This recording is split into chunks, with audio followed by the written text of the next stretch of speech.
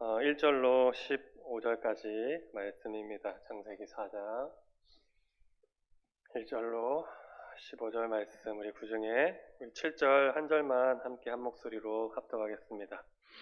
창세기 4장 우리 7절 우리 한 절 같이 한 목소리로 함께 읽겠습니다. 찾으신 줄로 알고 읽겠습니다. 시작. 내가 선을 행하면 어찌 낯을 들지 못하겠느냐. 선을 행하지 아니하면 죄가 문에 엎드려 있느니라. 죄가 너를 원하나 너는 죄를 다스릴지니라. 아멘. 잠시 기도하겠습니다. 주님 감사합니다. 오늘도 하루 주님 뜻 가운데, 은혜 가운데 주님 동행하여 주셔서 평안하게 또 잘 마무리할 수 있게 하시니 아버지 감사합니다. 주님, 남아있는 한 주간도 주님의 은혜로 또 잘 마무리하고 또 살아갈 수 있도록 주님 우리와 늘 동행하여 주시고, 또 동행하시는 그 주님으로 인하여서 우리 마음 가운데 기쁨과 감사가 넘치는 한 주간 될 수 있도록 주님 역사하여 주시옵소서.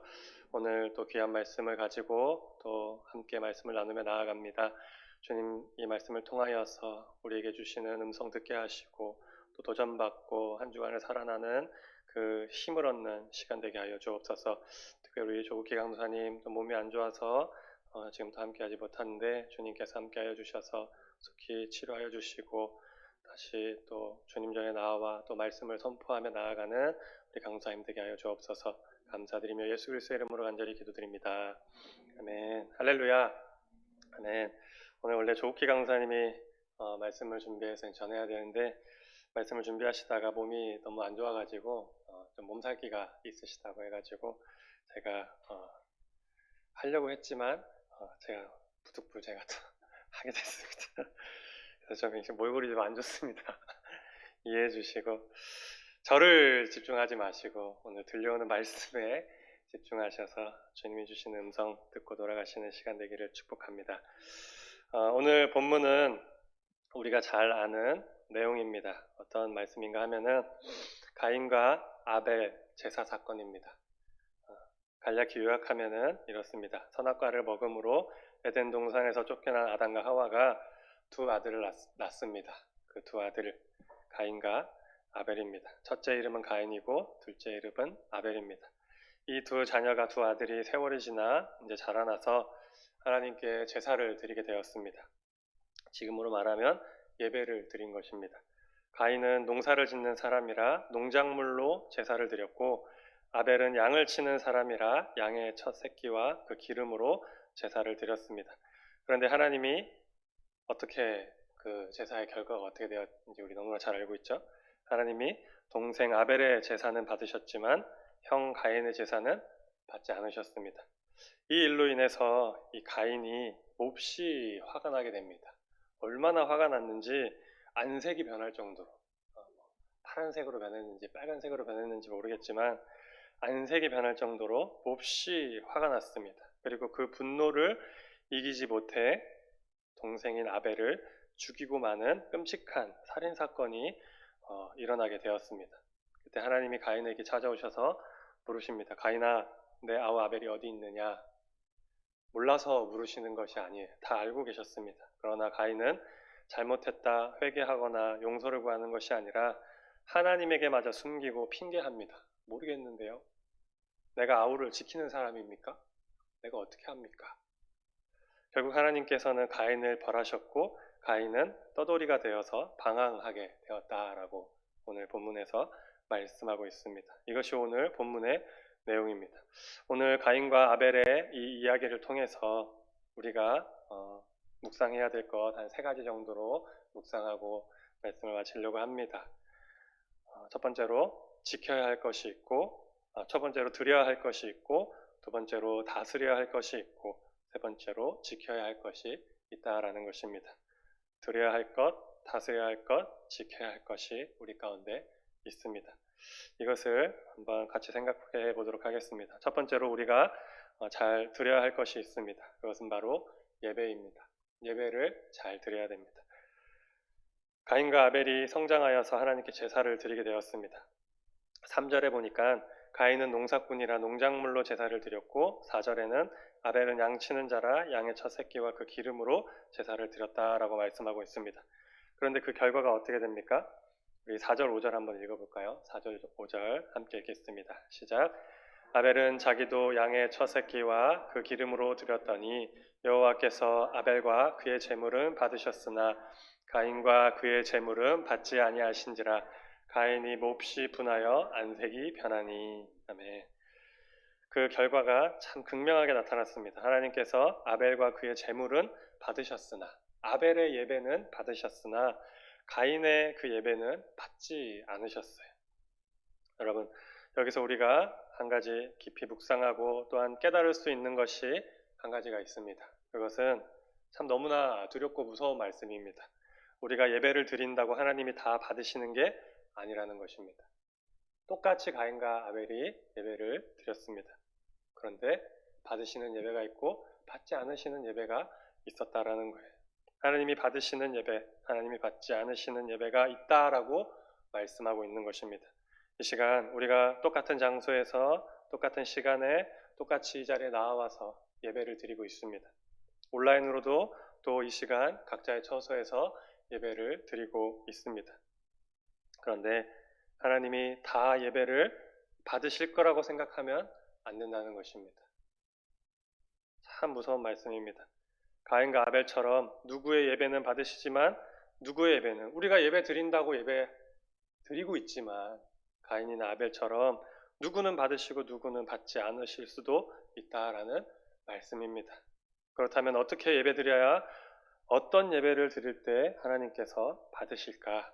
히브리서 11장 4절 말씀 우리 함께 보도록 하겠습니다. 히브리서 11장 4절 함께 읽겠습니다. 시작. 믿음으로 아벨은 가인보다 더 나은 제사를 하나님께 드림으로 의로운 자라 하시는 증거를 얻었으니 하나님이 그 예물에 대하여 증언하심이라. 그가 죽었으나 그 믿음으로써 지금도 말하느니라. 아멘. 어떤 예배를 드려야 하는 것입니까? 우리가 믿음으로 예배를 드려야 한다. 믿음으로 아벨이 예배를 드렸기 때문에 하나님께서 그 예배를 받으셨다라고 증거하고 있습니다. 믿음으로 드리지 않는 가인의 예배는 아무리 멋있게, 아무리 좋은 환경과 수백, 수천의 사람이 모여서 예배 드린다 할지라도 그런 예배는 받지 않으신다는 거예요. 여러분, 믿음의 예배는 습관적이고 또는 구태연한 예배가 아닙니다. 더욱이 일평생 예배를 많이 드리고 지금 내가 예배 자리에 와 있다 해도 믿음의 예배가 아니면 아무 소용이 없는 것입니다. 아벨은 믿음으로 예배를 드렸습니다. 그러면 어떤 믿음일까요? 아벨이 어떤 마음으로 어떠한 믿음으로 하나님 앞에 제사를 드렸을까? 아마 이렇게 예배 드렸을 것입니다. 나는 죄인이고 하나님만이 나를 구하실 수 있다. 하나님만이 나를 살리실 수 있다.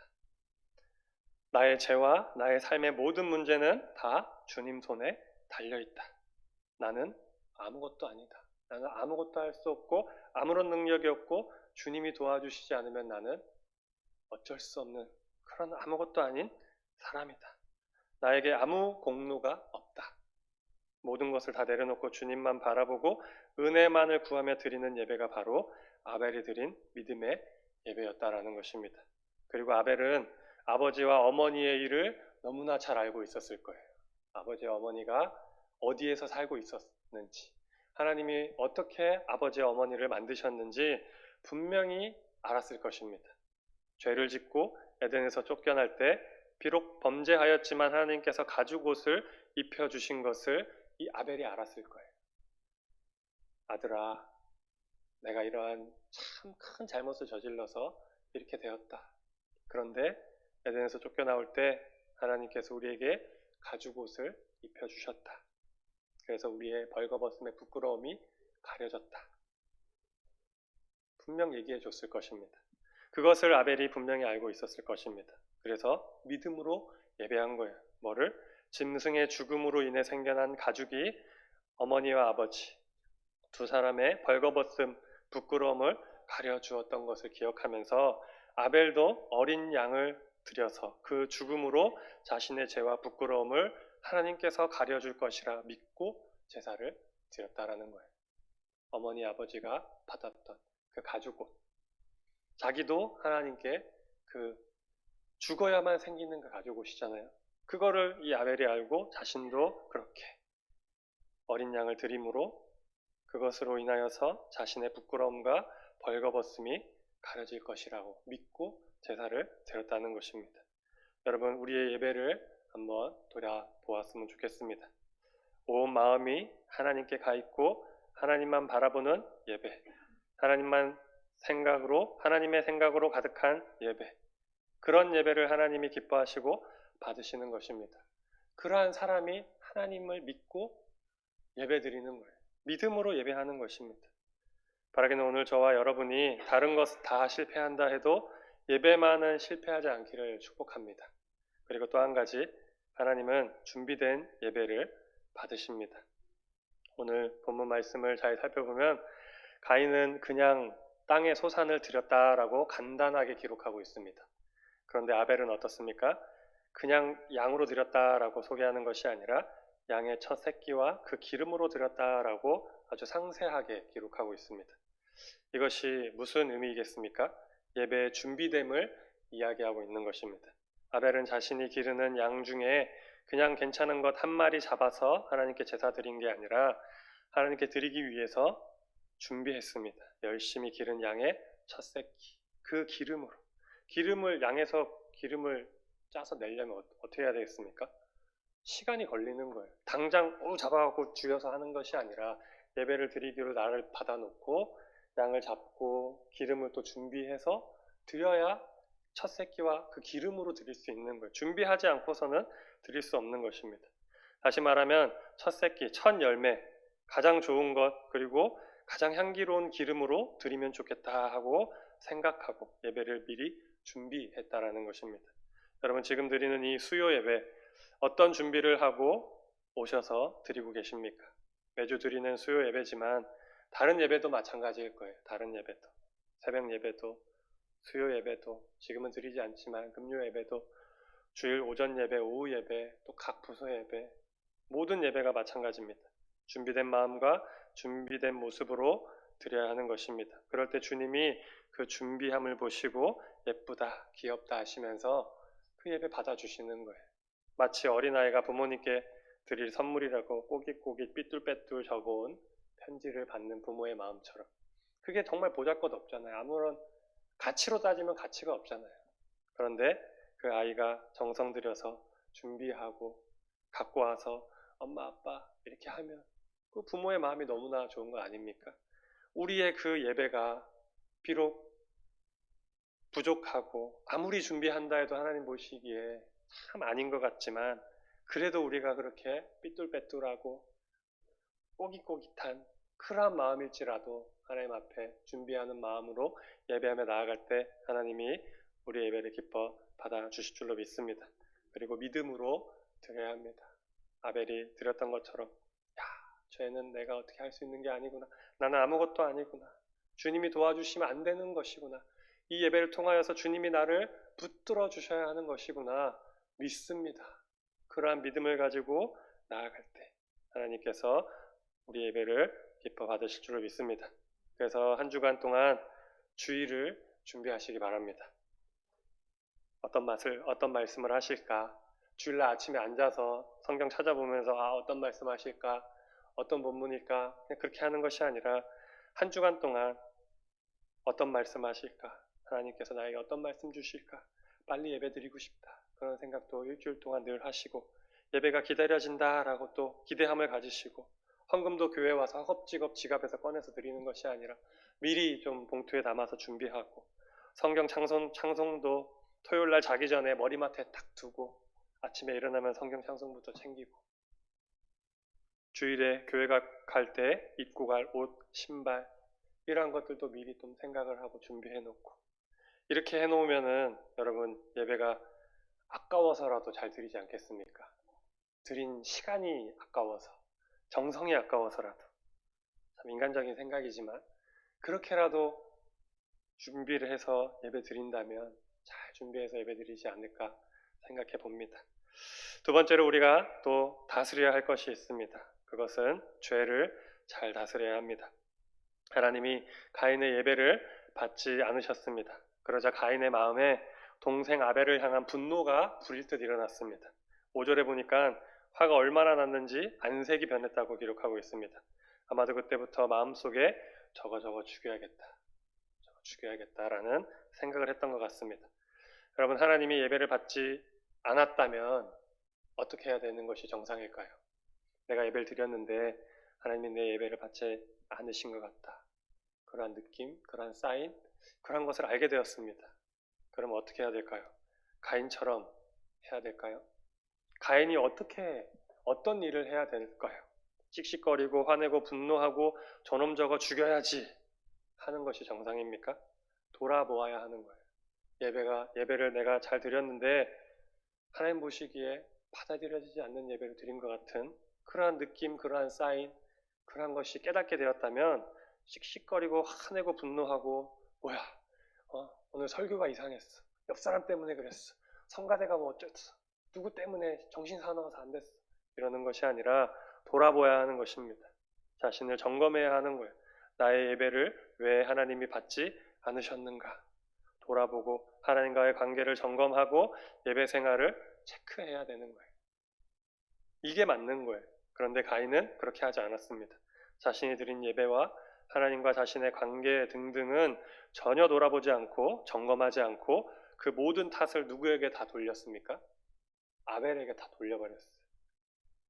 동생에게 예배를 받지 않은 이유를 찾은 거예요. 그래서 분노했어. 화를 다스리지 못했어. 그래서 죄가 또 악한 생각이 가득해졌습니다. 죄를 다스리지 못하게 된 거예요. 그래서 가인은 아벨 저놈만 없으면 하나님이 나의 예배를 받으실 거야. 아벨 저놈이 없으면 하나님이 나의 예배를 받아주시겠지 생각하고 동생 아벨을 죽임으로 하나님이 내 예배를 받아줄 거라고 착각했던 것 같습니다. 여러분, 죄의 특징 중에 하나가 뭐냐면은 용서를 구하고 회개하기보다 대신할 희생양을 찾게 되는 것입니다. 그래서 죄를 지으면 남 탓하고 남에게 책임을 전가하고 자신이 한 일에 대해 잘못이 있음에도 불구하고 정당화하고 합리화하는 기만적인 행동을 하게 된다라고 합니다. 그래서 아담과 하와도 선악과를 먹고 난 후 똑같았어요. 죄를 짓고 난 후 똑같이 그렇게 했습니다. 회개하기보다는 서로 탓했습니다. 아담은 하와를, 하와는 뱀을 서로에게 책임을 전가했습니다. 그런데 그 부모의 그 자식인지 가인도 아벨을 탓했습니다. 분한 마음을 다스리지 못했고 죄를 다스리지 못했기 때문에 죄로 인해 뭐가 뭔지 눈이 가려졌습니다. 하나님께서는 그렇게 씩씩거리는 가인을 보시고 말씀하셨습니다. 우리 본문 오늘 읽은 7절 말씀 함께 읽겠습니다. 시작. 내가 선을 행하면 어찌 낯을 들지 못하겠느냐. 선을 행하지 아니하면 죄가 문에 엎드려 있느니라. 죄가 너를 원하나 너는 죄를 다스릴지니라. 아멘. 하나님께서 분노한 가인에게 네 안색이 왜 변하였느냐, 어찌미냐 그러시면서 가인에게 충고하십니다. 죄가 너를 원하고 있다. 하지만 너는 죄를 다스려야 된다. 너 지금 씩씩거리고 분노하고 안색이 변했지? 죄가 너를 원하고 있어. 죄가 문 앞에 엎드려져 있어. 너 지금 어떻게 해야 되는지 알아? 너 죄를 다스려야 돼. 네 마음 가는 대로 네 생각대로 남 탓하면서 그렇게 하면 안 돼. 돌아보아야 돼. 너는 죄를 다스려야 돼 라고 말씀하고 있는 것입니다. 마음과 생각이 자꾸 삐뚤어지고 싶고 엇나가고 싶고 악을 행하고 죄를 짓고 싶어 하는데 그런 너의 마음과 생각을 다시금 바로잡아라. 너를 넘어뜨리려는 죄를 다스려라. 그렇게 말씀하고 있다라는 거예요. 우리에게 또한 그렇게 말씀하고 있는 것입니다. 성도님 여러분, 우리는 죄에 휩싸여 가는 것이 아니라 도리어 죄를 억제하고 정복하는 자들이 되어야 할 줄로 믿습니다. 가인처럼 막 그렇게 해서는 안 된다라는 거예요. 그러나 그러한 일이 어떻게 인간의 힘으로 가능하겠습니까? 죄를 어떻게 정복합니까? 죄를 어떻게 다스릴 수 있겠습니까? 우리가 다스렸으면 예수님이 안 오셔도 됐었습니다. 우리는 죄를 다스릴 수 없습니다. 죄를 정복할 수 없습니다.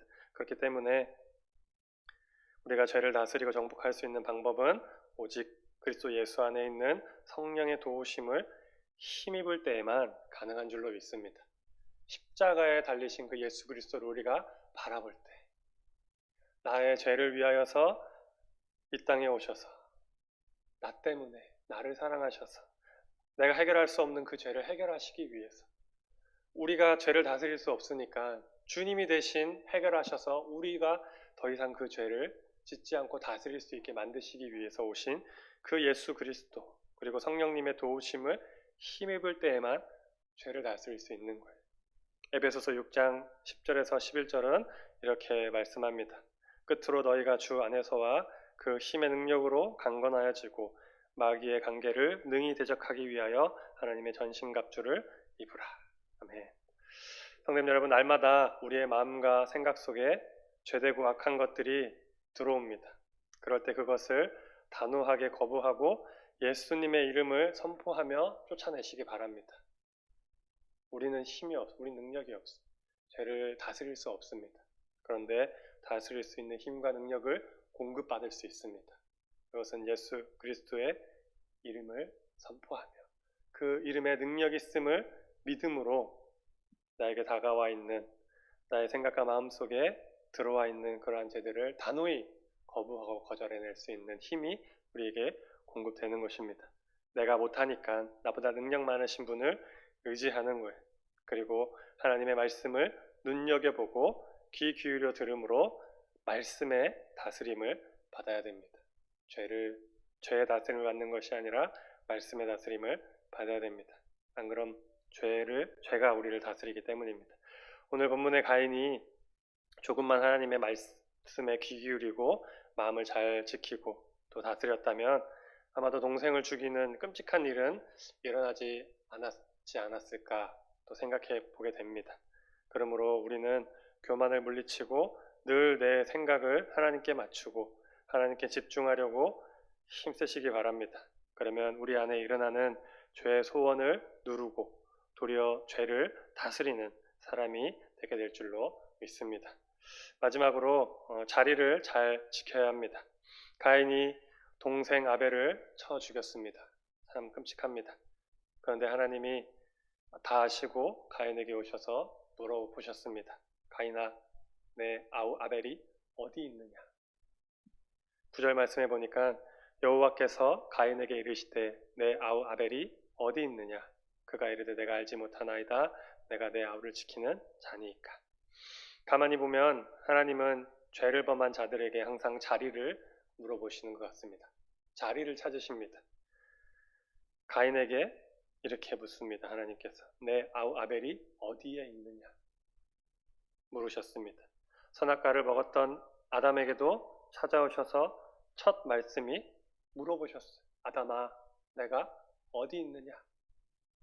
또 시편 1편에 보니까 우리에게 복 있는 사람에 대해서 말씀하고 있는데 1절에 뭐라고 말씀하고 있냐면 복 있는 사람은 악인들의 꾀를 따르지 아니하며 죄인들의 길에 서지 아니하며 오만한 자들의 자리에 앉지 아니한다. 여러분, 이렇게 자리가 중요합니다. 하나님이 찾으시는 자리, 우리가 지켜야 할 자리가 중요합니다. 저와 여러분이 자리를 선택할 때 죄인의 길에 서지 아니하고 오만한 자의 자리에 앉지 않기를 축복합니다. 경쟁의 자리, 흥청망청 쾌락을 즐기는 자리, 남을 험담하고 깎아내리는 자리, 원망하고 불평하는 자리 등등 그런 자리는 우리가 지킬 필요가 없습니다. 그러한 자리에 있을 필요도 없습니다. 그러한 자리는 떠나야 하는 자리입니다. 반면에 무슨 일이 있어도 지켜야 할 자리, 우리가 꼭 있어야 할 자리, 하나님이 기뻐하시고 원하시는 자리가 있습니다. 그 자리는 예배하는 자리입니다. 말씀을 읽는 자리입니다. 전도하는 자리입니다. 기도하는 자리입니다. 은혜 받는 자리입니다. 섬기는 자리, 헌신의 자리, 사람을 세우는 자리, 하나님의 뜻대로 행하는 자리. 이런 자리는 지키고 버티고 자꾸 그곳으로 가야 되는 거예요. 그 자리로. 그 자리를 탐내야 됩니다. 사모해야 됩니다. 여러분 그러고 있으십니까? 어떤 자리를 지키려고 애쓰고 계십니까? 지금 내가 있고 지키고 있는 자리는 어떤 자리입니까? 하나님께서 내 이름을 부르시면서 내가 지금 어디에 있느냐? 준수야, 내가 지금 어디에 있느냐? 너 지금 어떤 자리에 서 있느냐? 내가 지금 어떤 자리에 있어서 어떠한 일을 하고 있느냐? 물으실 때 아담처럼 숨거나 가인처럼 모른 척 핑계하는 것이 아니라 하나님이 기뻐하시는 자리에 계시기를 축복합니다. 그래서 피할 자리는 피하시고 하나님이 기뻐하시는 자리에 적극적으로 침노하는 자가 천국을 차지할 거라고 주님 말씀하셨습니다. 주님이 기뻐하시는 자리를 침노함으로 적극적으로 그 자리를 사모하시면서 그 자리에 있으시기를 바랍니다. 말씀을 읽겠습니다. 우리가 드려야 할 것이 있습니다. 다스려야 할 것이 있습니다. 지켜야 할 것이 있습니다. 잘 들으시고 잘 다스리시고 잘 지키시기 바랍니다. 예배를 잘 드리시기 바랍니다. 죄를 잘 다스리시고 주님이 기뻐하는 자리를 또한 잘 지키시기 바랍니다. 이렇게 하며 나아갈 때 이 땅 가운데 하나님의 은혜를 마음껏 누리면서 살아가게 될 줄로 믿습니다. 승리하는 인생이 될 줄로 믿습니다. 예수 그리스도의 참된 제자로 세워질 줄로 믿습니다. 이렇게 살아가는데 어떻게 세상 따라 살겠습니까? 이렇게 살아가는데 잘 누리고 잘 다스리고 잘 지키고 있는데 어떻게 마귀가 우리를 공격하겠습니까? 마귀를 이기고 세상을 이기며 나아가게 될 줄로 믿습니다. 우리 같이 기도하도록 하겠습니다. 하나님 아버지 감사합니다. 오늘 우리에게 또 필요한 말씀을 주신 줄로 믿습니다. 귀한 말씀 주셨사오니 이것을 붙들고 또 한 주간 살아가게 하여 주시옵소서. 두서없는 또 몇 마디 말로써 하나님 앞에 또 나아가 또 말씀을 나누었습니다. 하나님 부족한 종의 입술을 사용하여 주셔서 우리 사랑하는 예배드리는 모든 성도들 가운데 도전되게 하시고 또 말씀을 붙들고 한 주간 또 힘을 내어서 살아갈 수 있도록 주님께서 동행하여 주시옵소서. 주님 또 다가오는 한 주간 또 남아있는 한 주간 가운데 주님께서 함께하여 주셔서 위험에서 건져주시고 또 모든 상황과 환경들 가운데서 우리의 마음을 평안하게 하여 주시고 기쁨과 감사함이 넘치게 하여 주셔서 주님 남아있는 한 주간도 은혜 가운데 승리하고 나아가는 우리 사랑하는 은자교회 모든 성도 다 되게 하여 주옵소서. 감사드리며 예수 그리스도의 이름으로 간절히 기도드립니다. 아멘.